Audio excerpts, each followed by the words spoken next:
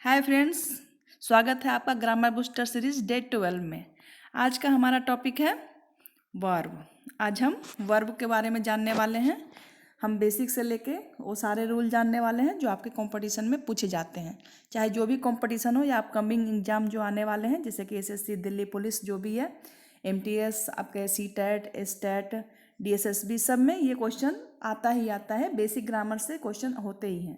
तो हमारा आज डे 12 में टॉपिक है हमारा वर्ब। तो चलिए बिना देर के हुए हम चलते हैं अपने स्लाइड पे और देखते हैं आज हमारा खासियत क्या है, क्या क्या रूल हम सीखने वाले हैं। देखिए, सबसे पहले तो आ गया है हमारा व्हाट इज वर्ब। सबसे पहले आप वर्ब पढ़ें तो आपको वर्ब तो सबसे पहले जानना चाहिए कि वर्ब क्या होते हैं। तो देखिए, वर्ब वह शब्द है जो एक्शन, स्टेट एंड कंडीशन बताता है। ठीक है, वर्ब क्या बताता है कि कहाँ क्या एक्शन हो रहा है, क्या स्टेट है, कहाँ पे क्या कंडीशन बने। जैसे जैसे आप पढ़ेंगे एग्जाम्पल के साथ हम समझेंगे, आपको सारी चीज़ क्रिस्टल की तरह क्लियर होता चला जाएगा।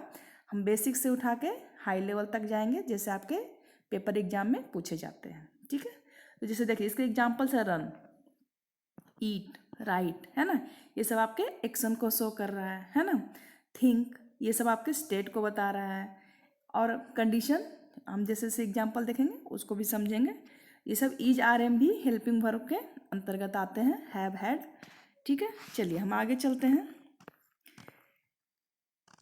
अब हमारा आ गया, देखिए टाइप्स ऑफ वर्ब। क्या है टाइप्स ऑफ वर्ब? हम एग्जाम के हिसाब से सारी चीज़ देख रहे हैं। अगर आपको पूरा एकदम बेसिक से सीखना है तो आप प्लेलिस्ट में जाके बेसिक वाला वीडियो देख सकते हैं। ये हम एग्जाम लेवल का देख रहे हैं। ठीक है, टाइप ऑफ वर्ब्स देखते हैं। तो देखिए टाइप्स ऑफ वर्ब दो तरह पहले तो देखते हैं। एक मेन वर्ब होते हैं। मेन वर्ब जो सेंटेंस का मुख्य एक्शन बताता है, जैसे कि सी राइट्स अ लेटर, तो वह पत्र क्या कर रही है, पत्र के साथ क्या कर रही है, पढ़ रही है, लिख रही है ना, किसी को दे रही है, किसी से ले रही है। तो ये एक्शन कौन बताएगा? ये आपका वर्ब बताएगा। क्या कौन बताएगा? वर्ब, कि वो लिख रही है। सी राइट्स अ लेटर, तो यहाँ पे राइट्स आपका क्या हो गया? वर्ब है, जो कि एक्शन शो कर रहा है। नेक्स्ट आपका देखिए, जो मैं भी बोल रही थी, एक्जुलरी वर्ब आ गया है, जिसको हम हेल्पिंग वर्ब भी बोलते हैं, जैसे कि इज, आर, एम, वॉज, वर। ठीक है ना। Has, have and had, do, does, did, ये अभी तक जितने हमने स्लाइड पढ़ चुके हैं डे 1, डे 2 से लेके डे 11 तक, उसमें हमने इसका यूज सीख लिया है कि इज, आर, एम कहाँ यूज करना है, हैज, हैव का यूज कहाँ करना है, खास करके टेंस वाले डे में। ओके, तो चलिए देखिए इसका एग्जाम्पल है सी इज रीडिंग। तो सी है ना, और इज और रीडिंग, यहाँ पर देखिए दो वर्ब हो रहा है। एक तो आपका इज है, एक आपका रीडिंग। तो यानी रीड जो है आपका मेन वर्ब शो हो रहा है। क्या हो रहा है? Main verb. और जो इज है वो आपका हेल्पिंग वर्ब है, ये इसको हेल्प कर रहा है। ठीक है, कंटिन्यूअस टेंस का ये सेंटेंस है, सी इज रीडिंग। क्लियर है? हाँ, एक साथ दो वर्ब आ सकते हैं, कोई दिक्कत नहीं है, समझिए। धीरे धीरे हम आगे बढ़ते हैं। देखिए तीसरा है मॉडल वर्ब। मॉडल वर्ब कैसे यूज होते हैं? जैसे हमने मॉडल्स वाले डे में पढ़ा था कि कौन मॉडल्स कितने होते हैं, कौन कौन से होते हैं। जैसे मॉडल्स है can, could, may, might, must, shall, should, ये सब मॉडल्स हैं। ये भी वर्ब होते हैं। यू मस्ट वर्क हार्ड, है ना, तो यहाँ पर मस्ट आपका क्या है? मॉडल वर्ब है। ठीक है, नेक्स्ट देख लेते हैं डी। डी आता है ट्रांजिटिव वर्ब। ट्रांजिटिव वर्ब भी काफ़ी पूछा जाता है एग्जाम में। ट्रांजिटिव वर्ब वो होता है जिसके साथ किसी कोई ऑब्जेक्ट जरूर लगा होता है, जैसे कि सी रोट अ लेटर, है ना। अगर हम बोलते हैं सी रोट, ही लिखती है, तो वो सेंटेंस थोड़ा अधूरा है। क्या लिख रही है? पत्र लिख रही है, डायरी लिख रही है, नोट्स लिख रही है, क्या लिख रही है कुछ पता नहीं चल रहा है। ही रोट्स अ लेटर, तो यहाँ पर रोट के लिए या लेटर ऑब्जेक्ट होना जरूरी होता है। ठीक है ना, तो वो होता है ट्रांजिटिव वर्ब। कौन होता है? जैसे कि ही सी इट्स अ मैंगो, ठीक है ना, वह खा रही है। अब क्या खा रही है? जब तक हमारा ऑब्जेक्ट नहीं होगा हमें पता नहीं चलेगा। ठीक है, तो जिसके साथ ऑब्जेक्ट लगना जरूरी हो वो होता है ट्रांजिटिव वर्ब। इसके जस्ट अपोजिट ले लेंगे इंट्रांजिटिव वर्ब। ये देखिए, ये है आपका इंट्रांजिटिव वर्ब जिसके साथ ऑब्जेक्ट नहीं आता है। ठीक है, जैसे एग्जांपल देखिए, द बेबी क्राइड, है ना, बच्चा रो रहा था, है ना, क्राइड। तो इसमें आप क्या ऑब्जेक्ट लगाइए कि बच्चा कहाँ पे रो रहा था, क्या रो रहा था, ऐसा नहीं, आपका सेंटेंस पूरा है ये, बच्चा रो रहा था। क्लियर है? तो वैसे वर्ब जिसके साथ हमें ऑब्जेक्ट की जरूरत नहीं होती है। ठीक है, no object. Clear? Transitive intransitive clear रखिए, एग्जाम में भी ये कंफ्यूज करता है ये टॉपिक। चलिए अब हम चलते हैं, हमने वर्ब देख लिया, अब हम आ जाते हैं अपने रूल्स पे। अब हम किस पे आ जाते हैं? अपने रूल्स पे। हमें ये रूल्स फॉलो करके एग्जाम में एरर को स्पॉट करना है ना, गैप को फिलिंग करनी है, चूज द करेक्ट ऑप्शन को भी करना है, ठीक है। तो अगर आप ये रूल अच्छे से समझ जाते हैं तो फिर आपको कोई भी दिक्कत नहीं आने वाली, खास तौर पे ये डे 12 के बाद आपको वर्ब में दिक्कत नहीं आने वाली। तो देखिए पहला रूल है सब्जेक्ट वर्ब एग्रीमेंट। इसका मैंने डे अलग से बना रखा है, लेकिन फिर इसमें भी ये रूल आपको जानना है। जहाँ वर्ब आएगा वहाँ पर ये रूल सब्जेक्ट वर्ब एग्रीमेंट आएगा ही आएगा। तो रूल 1 है सब्जेक्ट वर्ब एग्रीमेंट। इसका रूल क्या है भाई? रूल इसका है कि सिंगुलर अगर सब्जेक्ट है तो सिंगुलर वर्ब भी होगा। अब सिंगुलर सब्जेक्ट कहने का मतलब क्या है?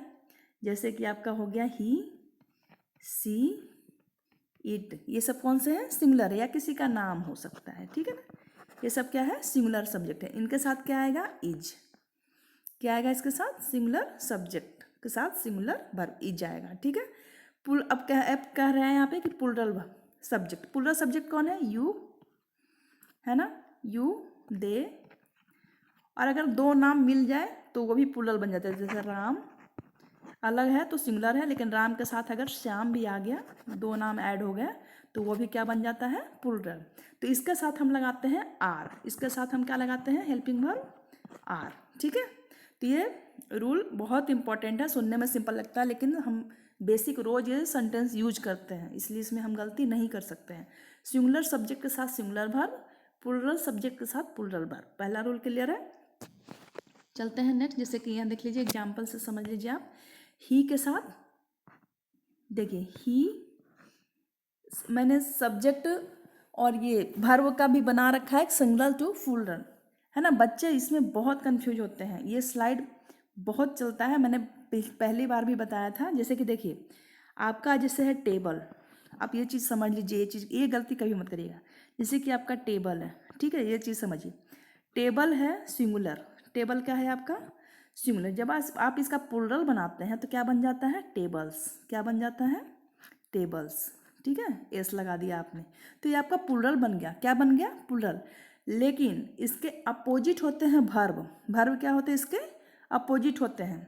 अगर देखिए, अगर ये वो है तो ये प्लूरल है, लेकिन इसमें आपने ईएस लगा दिया ना, तो ये सिंगुलर बन गया। क्या बन गया? ये सिंगुलर बन गया। तो ये याद रखिए कि नाउन का जब हम प्लूरल बनाते हैं तो ये एस या यस लगाते हैं, लेकिन जब हम वर्ब का प्लूरल बनाते हैं तो एस या यस हटाते हैं।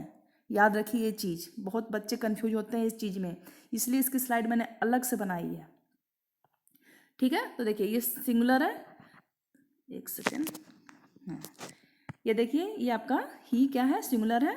तो रन के साथ क्या होगा? एस लगेगा। अगर नहीं लगता तो रन क्या हो जाता? प्लूरल बन जाता। तो ही रन फास्ट। अगर आप देखिए दे प्लूरल है तो दे के साथ देखिए रन है, एस हट गया है, ठीक है, ये प्लूरल फॉर्म में है। They run fast. क्लियर है? अब आप को रूल ये समझ में आ रहा होगा अच्छे से। चलते हैं रूल 2 पे। रूल 2 हमारा क्या कहता है? देखिए each, every and every one, ठीक है। अगर कहीं पर भी ईच है, ठीक है, एवरी है या एवरी वन है, तो उसके साथ हमेशा कौन सा वर्ब हम यूज करेंगे? सिंगुलर वर्ब, ठीक है। याद रखिए ईच का मतलब एक होता है और एक हमेशा सिंगुलर होता है, तो हम वर्ब कैसा यूज करेंगे? सिंगुलर। इस तरीके से आप ट्रिक से याद रख सकते हैं। ईच बॉय इज रेडी, ठीक है, ईच बॉय के साथ क्या लगेगा? सिंगुलर वर्ब इज लगेगा। एवरी वन हैज कम, तो हैज क्या है? ये सिंगुलर वर्ब है, ठीक है। चलते हैं आगे, रूल 3 देख लेते हैं। देखिए रूल 3 क्या है हमारा? सिंस किसके लिए यूज होता है? Point of time. जब किसी चीज़ को पॉइंट किया जाता है कि नहीं इसी समय पे होना है, ठीक है ना, पॉइंट किया जाता है, तब हम किसका यूज करते हैं? सिंस का। और for period of the time, duration बताता है, 2 घंटे से 4 घंटे से 5 घंटे, वो टाइम डेडिकेट नहीं बताता कि हाँ 2 बजे से शुरू हुआ है, 4 बजे से शुरू हुआ है, ये नहीं, वो बोलेगा 4 घंटे से चल रहा है, 5 घंटे से चल रहा है। तो जब पीरियड बताता है तो वहाँ पर हम फॉर यूज करते हैं, जहाँ पर पॉइंट बताया जाता है वहाँ पर हम सिंस यूज करते हैं।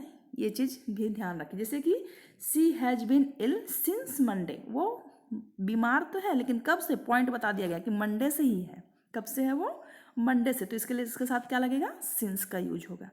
लेकिन he has work here for 2 years, देखिए ड्यूरेशन बताया, पीरियड बताया जा रहा है कि 2 साल से। तो जब हमें पता नहीं है खास करके कि कब से हुआ कब खत्म हो रहा है, बस 2 साल कंटिन्यूअस बताया जा रहा है, तो वहाँ पर हम टाइम कौन सा यूज़ करते हैं, टाइम के पहले फॉर का यूज करते हैं। क्लियर है? चलिए रूल 3 भी आपका क्लियर हो गया है, रूल 4 पर चलते हैं। खास ये ध्यान रखिए, खास कर बहुत इंपॉर्टेंट है रूल 4, डिड के बाद वर्ब की हमेशा फर्स्ट फॉर्म आती है। डिड के बाद हमेशा वर्ब की फर्स्ट फॉर्म आती है। डिड क्या आपका अगर डू भी आता है या डज भी आए, ठीक है, डू या डज आए तो भी उसके बाद वर्ब की बेस फॉर्म या वर्ब की फर्स्ट फॉर्म आती है। ये आप याद रखेंगे, ठीक है।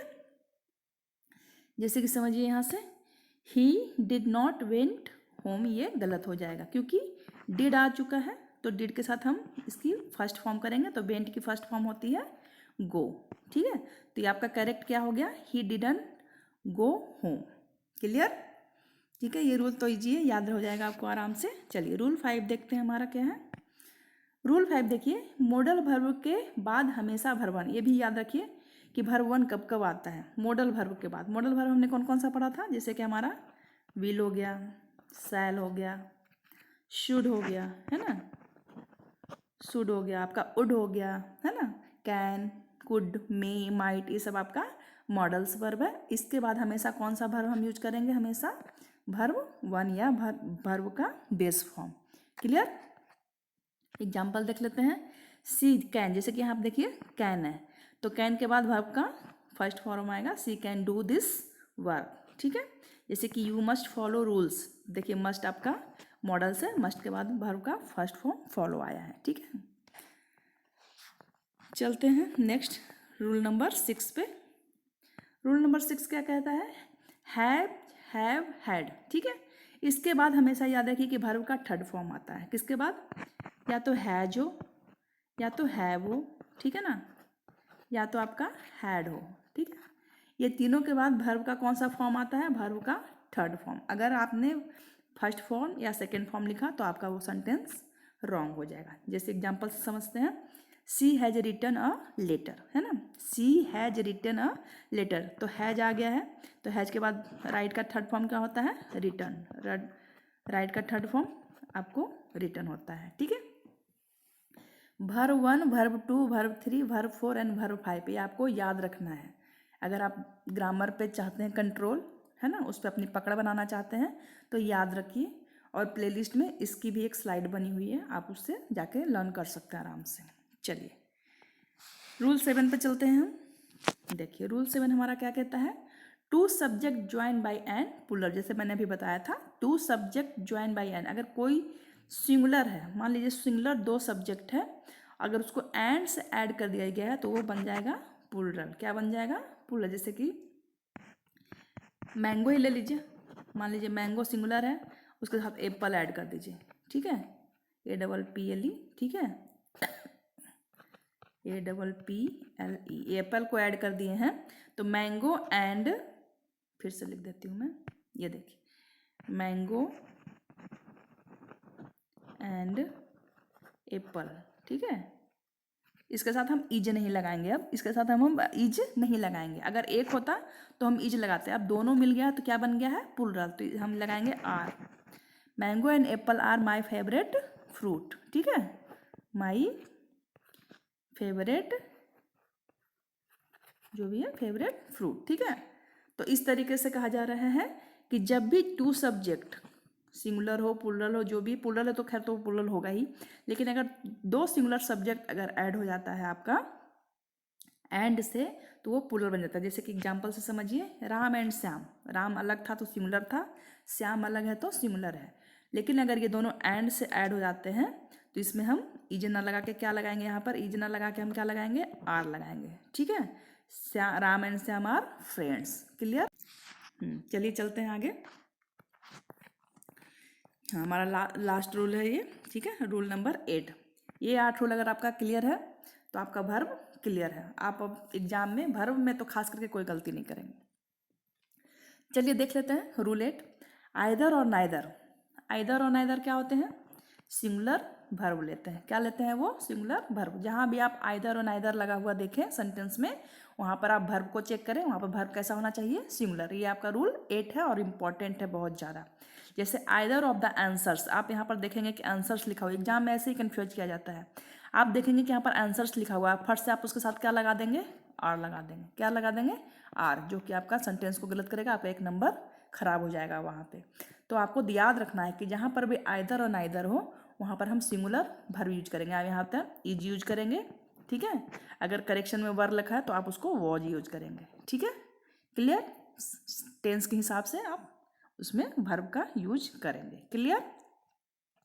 चलिए, मैं उम्मीद करती हूँ ये 8 रूल आपका क्लियर हो गया होगा। तो हम थोड़ा सा अपना टेस्ट ले लेते हैं, टेस्टिंग करते हैं सही है कि नहीं। चलिए, पहले देखिए ईच वाला ही आ गया है। ईच ऑफ द बॉयज, अब देखिए यहाँ पर क्या है? बॉयज आ गया है। अब आप बताइए क्या लगाइएगा? आर लगाइएगा कि इज लगाइएगा? क्योंकि यहाँ पर इच भी दिख रहा है ना। तो ईच ऑफ जहाँ पर भी आता है वो सिंगुलर होता है और हम लगाएंगे उसमें is. Each of the boys is present. Clear? Clear है? चलिए नेक्स्ट देखते हैं। Question number 2, she did not dash the truth, told the truth, tell the truth. Did है, मैंने अभी भी पढ़ा है हमने कि जहाँ भी डिड रहे, ठीक है, उसके बाद वर्ब की कौन सी फॉर्म आती है? फर्स्ट फॉर्म आती है, ठीक है। तो फर्स्ट फॉर्म टोल्ड है या टेल है? बताइए। टेल, ठीक है। सेकेंड फॉर्म है टोल्ड, ओके। तो हम यहाँ पर क्या करेंगे? She did not tell the truth. Clear? Okay. Next देख लेते हैं। He dash working here since 2020, okay. तो यहाँ पर क्या आ गया आपका? Since, point of the time है। अब हमें देखना है इज लगाना है या हैज बीन लगाना है। तो जहाँ भी सिंस है, ठीक है, सिंस है, तो वो कौन सा? प्रेजेंट परफेक्ट कंटिन्यूअस का टेंस होता है वो।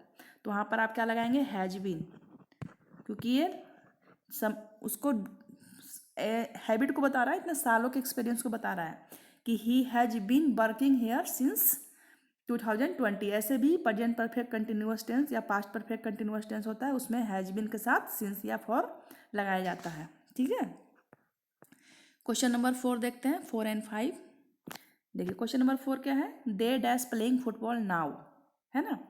तो यहाँ पर अब देखिए दे के साथ क्या लगाइएगा आप? इज की आर। तो दे आपका प्लूरल है तो उसके साथ हम लगाएंगे आर, ठीक है। They are playing football now. Clear? Everyone dash his duty. तो देखिए एवरीवन के साथ डू लगाइएगा या डज लगाइएगा? एवरीवन क्या है? सिंगुलर है, तो सिंगुलर के साथ हम सिंगुलर वर्ब यूज करेंगे। Everyone does his duty. Clear? चलिए 5 क्वेश्चन में आपकी टेस्टिंग हो गई है, आप आंसर भी चेक कर सकते हैं, ठीक है ना। ओके। अब आपके लिए आ गई है सीरीज, जो कि आप खुद लगाएंगे, ठीक है। वर्ब है कंपटीटिव एग्जाम बेस्ड एक्सरसाइज में आपके लिए लाई हूँ, फिल इन दी ब्लैंक्स। जैसे एक मैं आपके लिए करती हूँ, देखिए ये भी वही सेम है, पहला क्वेश्चन तो वही है। ईच ऑफ जहाँ पर भी दिख रहा है वो हम सिंगुलर मानते हैं और सिंगुलर के साथ हम क्या लगाते हैं? इज। क्लियर? तो इस तरह से आप चूज द करेक्शन करेंगे या फिल इन दी ब्लैंक, जो भी कहें। आप इसको स्लाइड को रोक के भी कर सकते हैं या डाउनलोड करके रख ले, जब आपके पास टाइम हो आप इसको एक्सरसाइज को लगा सकते हैं या स्क्रीनशॉट भी ले सकते हैं, ठीक है। मैं आपको शो कर देती हूँ, ठीक है। ये देखिए एक्सरसाइज 2 जो हमारा है वो है एरर का स्पॉटिंग करना। पेपर में ये खास है, इस तरीके से बहुत क्वेश्चन पूछे जाते हैं। देखिए एक मैं आपके लिए करती हूँ, ही do not like coffee. He do not like coffee, ठीक है। तो इसमें बताना है एरर कहाँ पे है, आपको एरर को स्पॉट करना है। ही है आपका एरर, डू है आपका एरर, नॉट लाइक है एरर या कॉफ़ी है एरर, बताइए। तो देखिए हमने पढ़ा है कि ही क्या है? सिंगुलर है और सिंगुलर के साथ सिंगुलर वर्ब आता है, तो डू ना के क्या आना चाहिए था यहाँ पे? Does. He does not like coffee, ठीक है। तो हमारा एरर कहाँ पे है? डज में। तो हमारा ऑप्शन हो जाएगा बी। समझ रहा है एरर कैसे पहचानना है? ये भी देखिए आपके लिए क्वेश्चन लेकर हूँ, ईच ऑफ द बॉय, इसको आप करेंगे और अपने एग्जाम के लिए अपने आप को बेहतरीन बनाएंगे। चलिए अब देखिए थर्ड जो एक्सरसाइज मैं आपके लिए लेकर आई हूँ वो है चूज द करेक्ट ऑप्शंस। एक क्वेश्चन मैं आपके लिए करती हूँ, neither of the answers dash correct. हमने अभी बताया था कि जहाँ पर भी नाइदर हो वहाँ पर क्या आता है? सिंगुलर वर्ब आता है। तो सिंगुलर वर्ब आपका क्या है? इज। तो neither of the answers is correct. Clear? तो देखिए टोटल 15 क्वेश्चन है एक्सरसाइज के लिए, बहुत टाइम नहीं लगेगा। अगर आप लगाने बैठोगे ना मुश्किल से 5 मिनट में कर लोगे। और ये ना आपके एग्जाम में नंबर दिलाने वाले होते हैं, आप ऐसे ही निकल जाते हो। लेकिन अगर आप ये कर लेते हो तो आपको समझ में आएगा कि हाँ एग्जाम में आपको ये कितना हेल्पफुल हो रहा है। देखिए टोटल 15 क्वेश्चन है। ये देखिए आप करने के बाद आप क्या कर सकते हैं, अपने आंसर को भी मैच कर सकते हैं।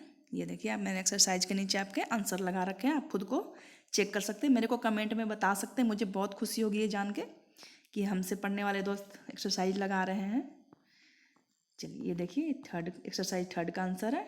ठीक है, चलिए तो अभी तक मेरे साथ वीडियो में बने रहने के लिए बहुत बहुत धन्यवाद। मैं फिर मिलूँगी एक नए स्लाइड के साथ। डे 12 में, डे 12 तो आज हमारा था, डे 13 में मिलूँगी एक नए टॉपिक के साथ जो आपको एग्जाम में आपको बूस्ट करेगी नंबर दिलाने में। तो ठीक है गाइस, मेरे को ना सब्सक्राइब करना बिल्कुल भी ना भूलें। आप बिना सब्सक्राइब किए ही चले जाते हैं, एक लाइक तो करके ही जाइए।